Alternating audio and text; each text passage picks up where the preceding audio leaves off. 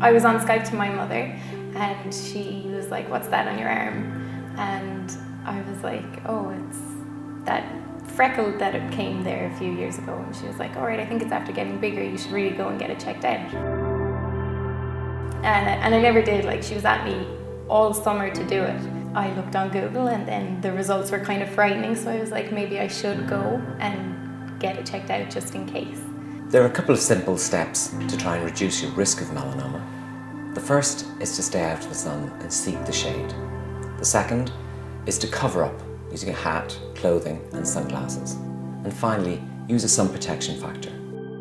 I first noticed the mole 2 years before. It looked like a freckle. So I had the mole removed and it was sent away.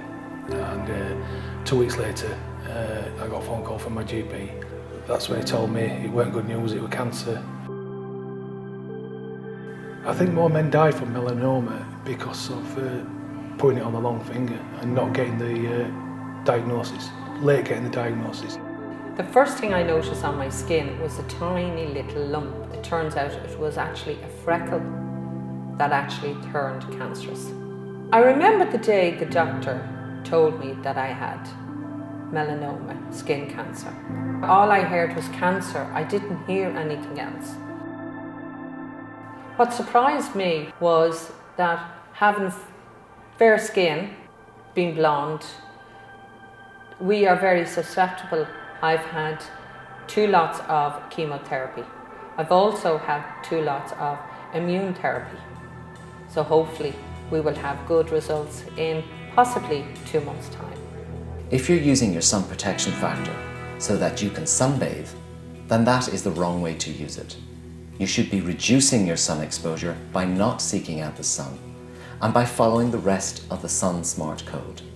Obviously I walk around with a hat on and a wide brimmed hat, not just a baseball cap, because men are more prone to cancer on the neck and shoulders. I wear a wide brimmed hat, loads of sunblock, and obviously if it's too hot, I head for shade.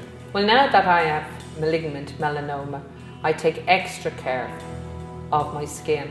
I still enjoy life. I go for a walk, but I protect myself now. Pay attention to your skin, any new lumps, bumps, moles, freckles, anything new. Just if you're worried about anything, go and see your GP. Don't wait. If I had waited any longer, I could be telling a different story right now.